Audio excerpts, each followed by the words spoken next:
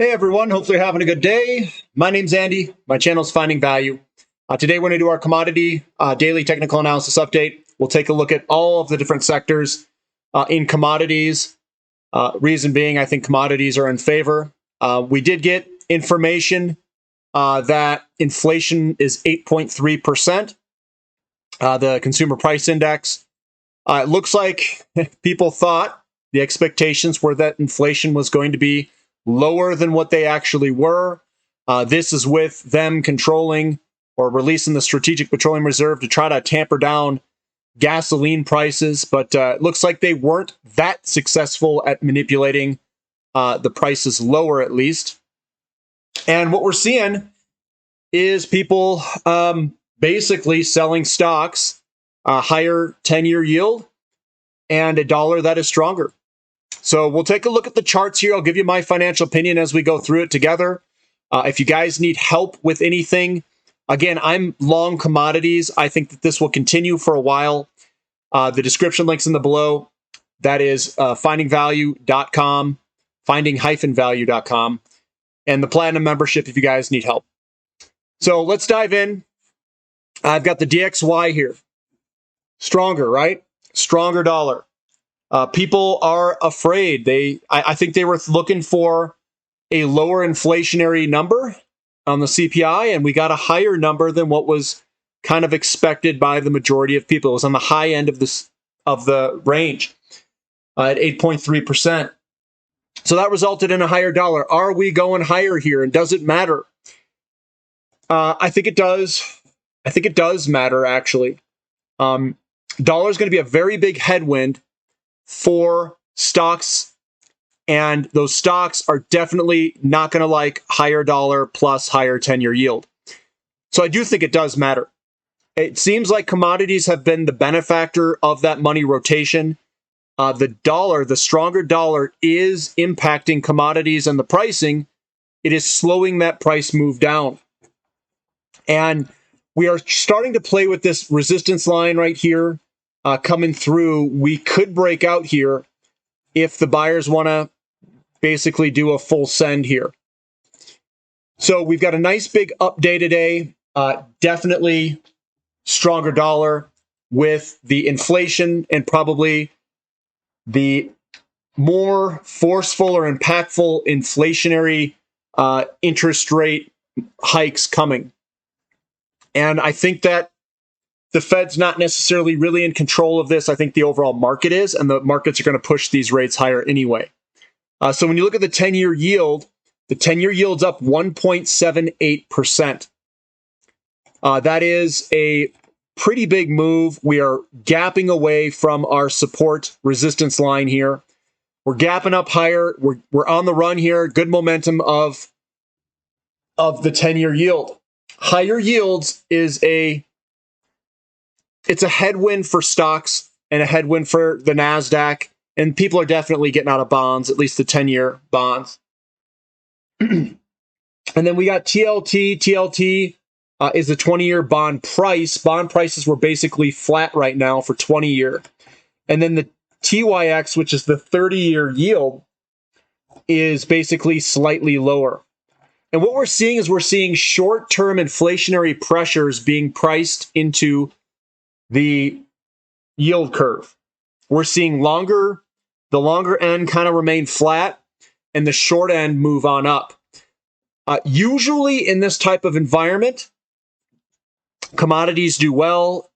Oil does well, but I know they want to push oil down however much they can with the Strategic Petroleum Reserve releases, which they did release 8.3 million barrels this past week, trying to push it lower. So I'm going to do another clip on the TNX, TYX, and kind of what does well when those go down or up, that ratio. So I'll do another clip on that. The Crb Index basically holding its own today, slightly lower, still looks okay, especially given the overall market sell-off. So even though you're down a little bit, it's definitely beating the overall indexes. Precious metals heading lower, and I'm going to show you a correlation of precious metals the TNX, TYX, and oil that I've been tracking. And I'm going to do that in another clip, but we're lower here. We're lower on silver. Still doesn't look horrible, given the large up move yesterday. And then platinum was also lower today. So the precious metals were definitely lower. XEU to gold, definitely getting sold off with the mining companies underperforming the metals or selling off at a greater extent than the metals. Here's SILJ. SILJ heading back. We're still above support there. The support line that we're looking at is the entire area of support down here. And then GDX also getting some selling pressure right at that resistance line. But we've got support all underneath us. So that's still going to sit on a big fat support area for GDX. Crude oil, slightly lower today. I would say that we're still in favorable conditions for oil to go higher. I just know that before elections, they're going to do everything they can to push this lower. There is probably paper manipulations perhaps going on. I don't know. I know they're releasing large amounts of strategic petroleum reserve releases, and I would not fight them in the short term. I do think that we either go lower to sideways. That's probably what we'll trade. And then after, I don't know if they're going to continue these strategic petroleum reserve releases for any time after or not. There's been talks about it. But if there isn't, I think this is going to snap a lot higher on them. And the deficits will get much worse when people realize that all we've been doing is eating through our inventories. It's very much different manipulating the prices lower because you only have finite amounts of oil in an inventory. If you're cutting production, that is another form of manipulation. I understand that. But at least, it's a form of production. Those inventories are getting eaten up and they're supposed to be used for strategic reasons. Natural gas heading a little bit higher. Again, I'm going to wait and see where this heads out in the fall. I do know that oil's on the chopping block for lower prices before these elections. They've come out and said that. I suspect that natural gas might also be. And it highly depends on when the Freeport LNG terminal gets all back up and running 100%.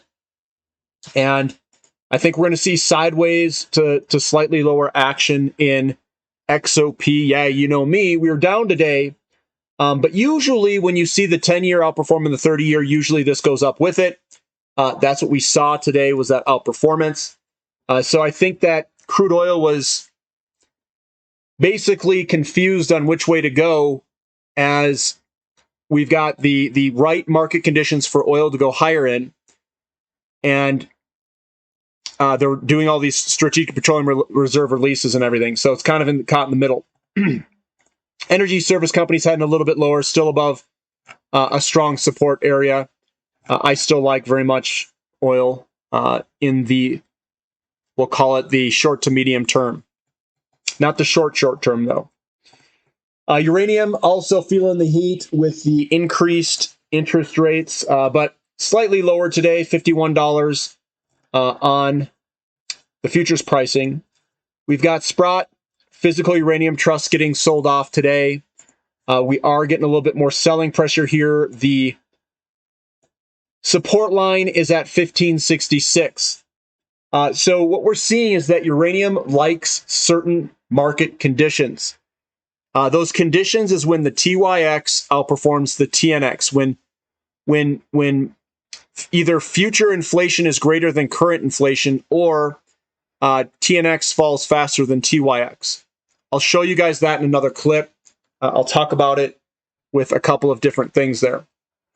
URNM also getting sold off. Again, we're still above support. Everything still looks fine in the short term. We just have a sell-off day. Everything's sold off today. Choose your area. It's basically a pan sell-off. And then CCJ also heading lower, just like the rest of the group. Still looks all right. We had momentum coming back up throughout the day. That's why it's green. Still a down day. And I think that, like certain market conditions, I'll go over that in another clip. TAN heading a little bit lower, but again, buyers came in and bought it back up throughout the day. So we were a down day, but momentum was up I still think it looks pretty good on a long-term perspective for a move higher. So that's the solar companies. COPX getting a little bit more of a sell-off today, just like everything else. There we are heading a little bit lower. It still doesn't look horrible, and we'll see where we go from here. I'd like to see if this does dive bomb lower. It's interesting to see interest rates higher. I think this is kind of just everybody having a reaction to the news and basically selling everything. We've got the Crb Index to the S&P 500, which is actually making a massive move higher, a massive outperformance of commodities over the S&P 500. The S&P 500 got smoked today, and we'll take a look at that, but that's looking good for commodities still. It's still that outperformance. When the S&P 500 falls, it falls less. And with inflationary concerns out there and this inflation remaining, I still think that commodities will outperform the S&P 500. The conditions are right. Rare earth metals taking it on the chin today, a little bit lower. Not as bad as the overall markets. Same with lithium, still being resilient, still above all these support levels, but we did have a down day today. No reversal candlestick in either one of those. The S&P 500 definitely getting smoked to the downside, down 4.3%. We're back at this middle support line, and we'll see if that holds. It does not like higher dollar and higher 10-year yield. We've got the U.S. Composite Index. It's back at support. We'll see if this support holds or if we head lower. My inclination is lower for both the S&P 500 and the Composite Index. We had a massive move lower today, 5.16% on the U.S. Composite Index. And I do think that it will continue lower for a period of time with increasing interest rates. EEM does not like that increasing dollar. We had a very strong dollar today. That did pull back. We are still above the breakout line. We have to see what the dollar does in that short term. XHB, with the higher interest rates, higher, stronger dollar, we did pull back some. We are still above that support level. We'll see if that support level holds as we look at it tomorrow. Lumber still actually looking quite strong here. It's broken out of this pattern to the upside. I do think that we are going to head higher in lumber. We've got cocoa futures still above the breakout line. I still like it and thinks it's going to go higher. Wheat also looking good, like it wants to move to the upside. So that still looks positive. Soybeans getting the bloody nose today. I would expect that to go higher for soybeans. Corn also moving quite well. I call that the bloody nose, where you get a small down day next to a larger green candlestick. That usually resolves itself to the upside, statistically speaking. Copper, I think, is confused. It's moving sideways in this channel. We had a down day today. Copper's more of a bellwether of what the economy is doing.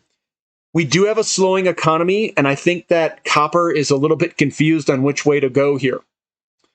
We've had lots of information come across in front of people.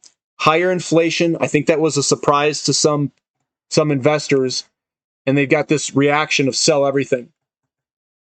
Looking at MOO, which is the agribusiness ETF, that also ended up lower, but we're still above this support line. And I still think it looks all right from this near short-term type move. We'll have to see if this support holds. Looking at aluminum, aluminum's also moving higher, and we're right on support. I do think that will resolve itself higher over time. And then we've got the Baltic Dry Index, which is also higher, and I do think that will work its way higher over time. It's just selling pressure. And that's what I've got for today, guys. I mean, that's kind of the overall markets. The interest rate going up is a definite headwind for stocks overall. And when things start to move this amount, it pulls everything with it. We get all linked up again. I do think there's decoupling going on. I do think that uranium is starting to decouple from the overall markets. But everything does couple up when you get these large sell-off days. It's like margin calls or something, and everybody just sells everything. I think that the opportunities in oil coming up in a few months. That's where I think the opportunities. They're going to drag this stuff lower. I think that some of these yields are going to go higher And typically when the 10-year outperforms the 30-year, and I'll show you guys what I mean by that and show you the correlations in another clip, that we move on higher. And it seems like precious metals do opposite of oil for periods of time and is linked to certain market conditions with the rates and the yield curves. I'm trying to figure this stuff out.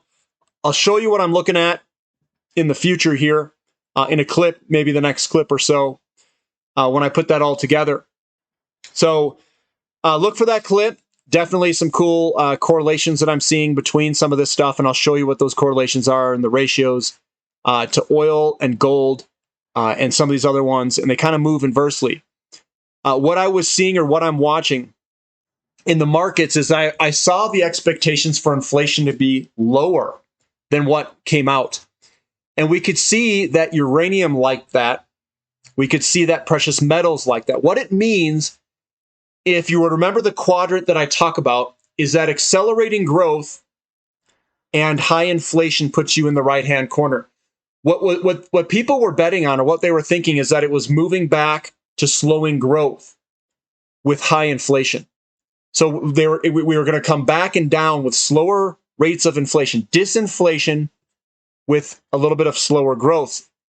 And I think that type of environment does very well for precious metals, uranium, rare earth metals, and stuff like that.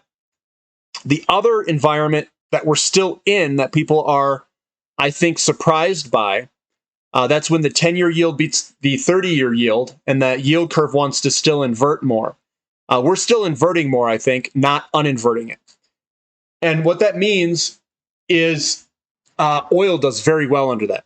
Oil and energy service stocks, those are the ones that do incredibly well under those conditions. And I'll show you what I mean by that, and we can talk about that. So if you guys like the clip, definitely give me a thumbs up. Subscribe to the findingvalue.com, the Platinum membership if you guys are interested, and you can see what I'm playing.